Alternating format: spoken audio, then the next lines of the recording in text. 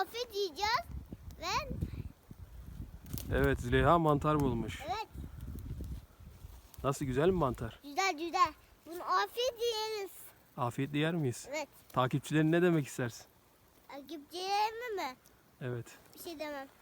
Kendinize iyi bakın de. Kendinize iyi bakın. Ben şu anda da bu yabaktayım. Yani ben köydeyim arkadaşlar. Ve mantar bulduk. Ve Çok mu güzel burası? evet, güzel.